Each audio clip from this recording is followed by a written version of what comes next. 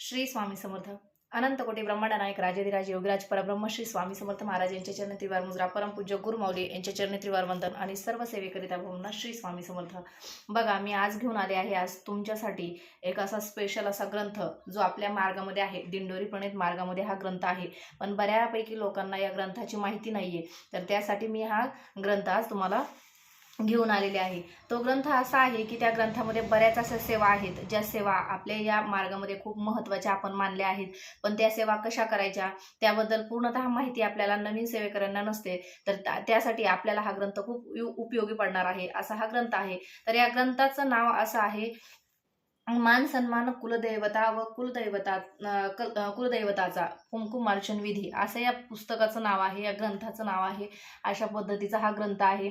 हा पुढच्या कॅमेऱ्यामध्ये मी शूट केल्यामुळं ते नाव व्यवस्थित दिसत नाही. अशा पद्धतीचं हे पुस्तक आहे. छोटंसं आहे, असं खूप मोठं काही पुस्तक नाहीये. पण याच्यामध्ये एवढी काही महत्त्वाची माहिती आहे की आपण कुठलेही किंवा कुणालाही आपल्याला काही सेवेबद्दल विचारायची गरज नाही. आपल्याला ज्या काही सेवा महत्त्वाच्या आपल्या मार्गामध्ये मानल्या गेल्या आहेत त्या सेवेची पूर्णतः माहिती याच्यामध्ये आहे. तर चला, मी माहिती देते तुम्हाला की या पुस्तकामध्ये नेमकं कुठले असे सेवा आहेत की ज्या सेवांची माहिती आपल्याला घ्यायची आहे.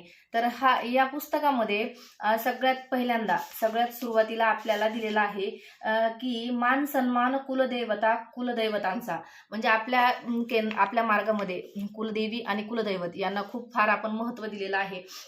आपल्याला परमपूज्य गुरुमाऊली नेहमी सांगत असतात की आपल्या घरामध्ये जर काही दोष असतील, काही आपल्या घरामध्ये वादविवाद सारखं होत असतील पती पत्नीमध्ये, त्याचबरोबर आपल्या घरात मूलबाळ होत नसेल किंवा आपल्याला आर्थिक अडचणी येत असतील, अशा पद्धतीच्या ज्या काही अडीअडचणी असतात, तर त्या अडीअडचणीवरती आपल्याला सतत गुरुमाऊली त्यांच्या हितगुजामधून मार्गदर्शन करत असतात की आपल्याला कुलदेवी आणि कुलदैवताचा मानसन्मान प्रत्येक 3 वर्षातून आपण हा मानसन्मान केलाच पाहिजे.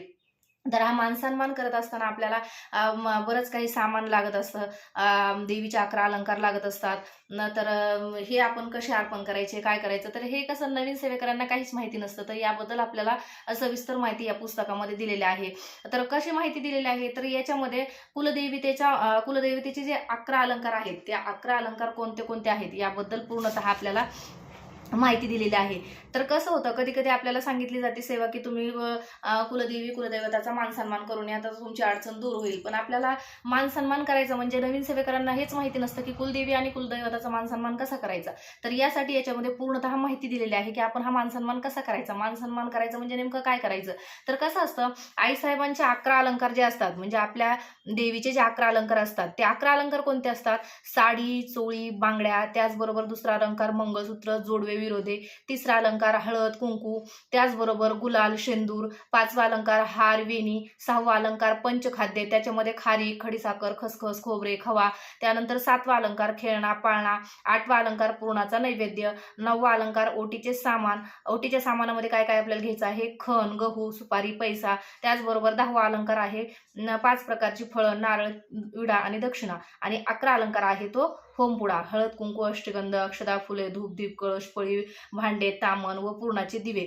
अशा पद्धतीची पूर्णतः माहिती आपल्याला या पुस्तकामध्ये दिलेली आहे. आता याच्यामध्ये व्यवस्थित ते दिसणार नाही, पुढच्या कॅमेऱ्यामध्ये शूट केलंय त्याच्यामुळं. पण हे पुस्तक जर तुम्ही केंद्रामधून घेतलं तर पान नंबर 6 वरती ही पूर्णतः माहिती दिलेली आहे की कुलदैवताच्या मानसन्मानासाठी जाताना किंवा कुलदेवीच्या मानसन्मानासाठी जाताना आपल्याला कोणते 11 अलंकार घेऊन जायचं आहे. तर अशा पद्धतीची ही माहिती आपल्याला 6 पान नंबरवरती भेटेल. त्याचनंतर कुलदैवताचा मानसन्मान म्हणजे आपलं जे कुलदेवी आहे ते कुलदेवीचा मानसन्मान झाला. त्याचबरोबर आता कुलदैवत जे आपले कुलदेव आहेत त्यांचा मानसन्मान आपण कसा करायचा, तर याच्यातही त्याच्याबद्दलही माहिती दिलेली आहे. तर कुलदैवत श्री खंडेराय महाराजांना व्हायचे जे अलंकार आहेत ते अलंकार आहेत 5 अलंकार. ते अलंकार कोणते कोणते आहेत, भंडारा भरलेल्या 5 खोबरे वाटी, विडा, दक्षिणा, हा झाला पहिला अलंकार. त्यानंतर दुसरा अलंकार आहे पिवळे वस्त्र. त्यानंतर तिसरा अलंकार आहे पिवळ्या फुलांचा हार व दवना. त्याचबरोबर 4था अलंकार आहे बेल भंडारा, 108 बेलाची पानं आणि हळद. अशा पद्धतीचा हा 4था अलंकार. त्याचबरोबर 5वा अलंकार काय आहे, तर भाकरी, वांग्याचे भरीत, पातीचा कांदा, लसणाची चटणी, पुरणपोळी, वरण भात. म्हणजे आपण जेव्हा मानसन्मानाला जातो तेव्हा आपल्याला कोणत्या कोणत्या गोष्टी घेऊन जायचं आहे, तर याची पूर्णतः माहिती आपल्याला या पुस्तकामध्ये दिलेली आहे. त्याचबरोबर मानसन्मान कसा करायचा याची पण पूर्णतः विधी पद्धत याच्यामध्ये दिलेली आहे. पण आता सगळं वाचून सांगणं शक्य नाही, त्याच्यामुळे मी मोजकच तुम्हाला सांगते की हे पुस्तक किती महत्वाचं आहे, हा ग्रंथ किती महत्वाचा आहे, आपल्या घरामध्ये तो असणं किती गरजेचं आहे याच्याबद्दल मी तुम्हाला आज माहिती देत आहे. तुमच्याकडे जर हा ग्रंथ असेल तर मानसन्मानासाठी काय काय लागतं, तो मानसन्मान कसा करायचा याच्याबद्दल कोणालाही तुम्हाला विचारायची गरज नाही. तर अशा पद्धतीचा हा ग्रंथ तुमच्याकडे समाविष्ट करून घ्या किंवा तुमच्या ग्रंथामध्ये यालाही स्थान द्या. त्याच्यानंतर महत्वाची सेवा दुसरी जी आहे ती आहे कुंकुमार्चन. कुंकुमार्चन जे आहे ते खूप महत्वाची सेवा आपल्या आपल्या मार्गामध्ये मानली गेलेली आहे.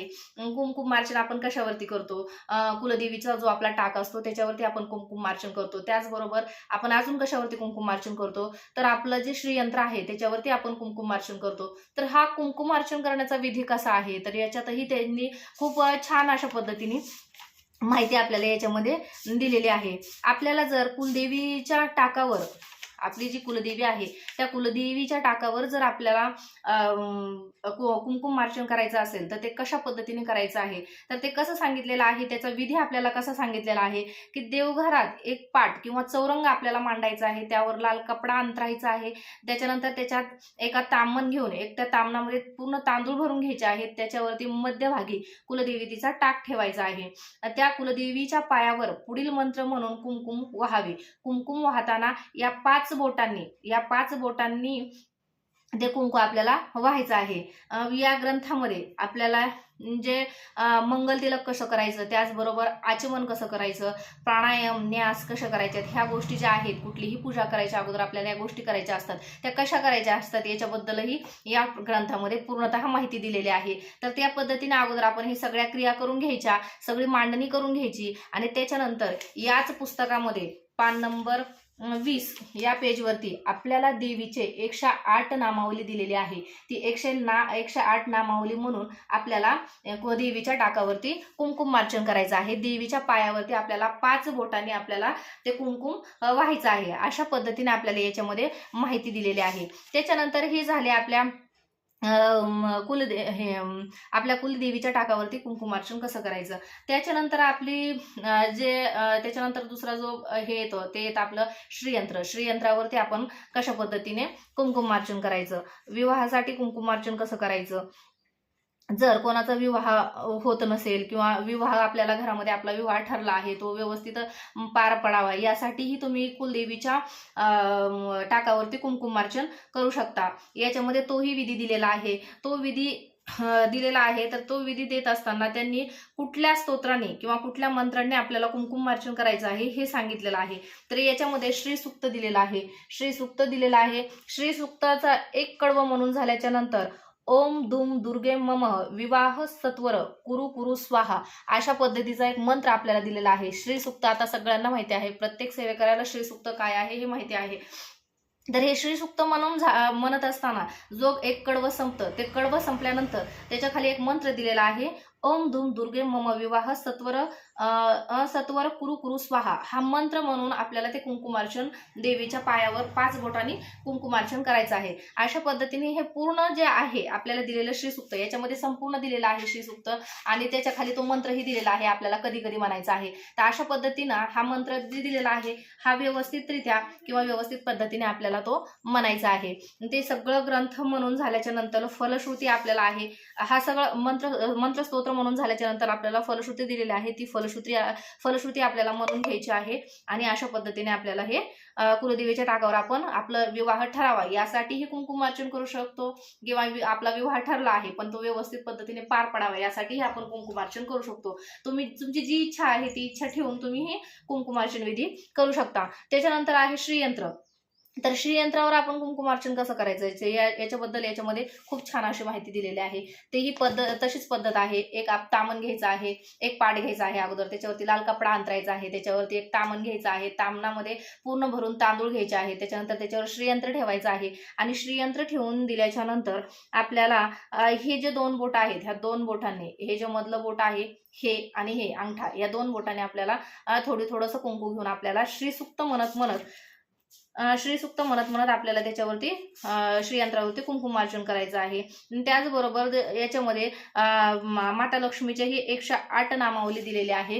ते 108 नामावली सुद्धा म्हणून तुम्ही त्याच्यावरती श्रीयंत्रावरती श्रीसुक्त करू शकता. आणि ही सेवा तुम्हाला कशासाठी करायची आहे, तर आपल्या घरातील आर्थिक परिस्थिती सुधारावी यासाठी आपल्याला ही सेवा करायची आहे. ज्यांना कोणाला वेळ असेल त्यांनी 108 दिवस करा, ज्यांना कोणाला वेळ नसेल त्यांनी 1.25 महिना करा. म्हणजे ज्याची जशी इच्छा असेल तसं तुम्ही करू शकता. त्याचबरोबर दर पौर्णिमेला तुम्ही ही सेवा करू शकता, दर मंगळवारी करू शकता, दर शुक्रवारी करू शकता. अशा पद्धतीचे जे वार आहेत त्या ठराविक वारांनाही तुम्ही ही सेवा करू शकता. या सेवेचा अनुभव घेऊन बघा, खूप छान अशी एक पॉझिटिव्ह एनर्जी तर घरामध्ये निर्माण होतेच, पण आपले ज्या आर्थिक अडचणी असतात त्या आर्थिक अडचणीतूनही आपल्याला बाहेर पडण्याचा काही ना काही मार्ग आपल्याला मिळतो. अशा पद्धतीची ही सेवा आहे. अशा पद्धतीच्या सेवा या ग्रंथामध्ये दिलेल्या आहेत. हा ग्रंथ खूप महत्त्वपूर्ण आहे. तुमची इच्छा जर असेल तर केंद्रामधून तुम्ही हा ग्रंथ नक्की घेऊ शकता. या ग्रंथाचं नाव आहे मान सन्मान कुलदेवता व कुलदैवतांचा. त्याचबरोबर खाली लिहिलेला आहे कुंकुमार्चन विधी. अशा पद्धतीचं हा ग्रंथ आहे. याच्यावरती आपल्या ज्या 4 कुलदेवी आहेत त्या 4 कुलदैवतांचे फोटो याच्यावरती अशा पद्धतीचे दिलेले आहेत. तुम्ही जाऊन हा केंद्रातून हा ग्रंथ तुम्ही खरेदी करू शकता. नक्कीच आपल्यासाठी खूप महत्त्वाचा ग्रंथ हा ठरेल.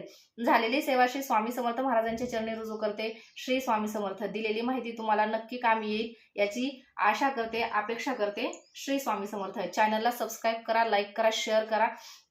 श्री स्वामी समर्थ.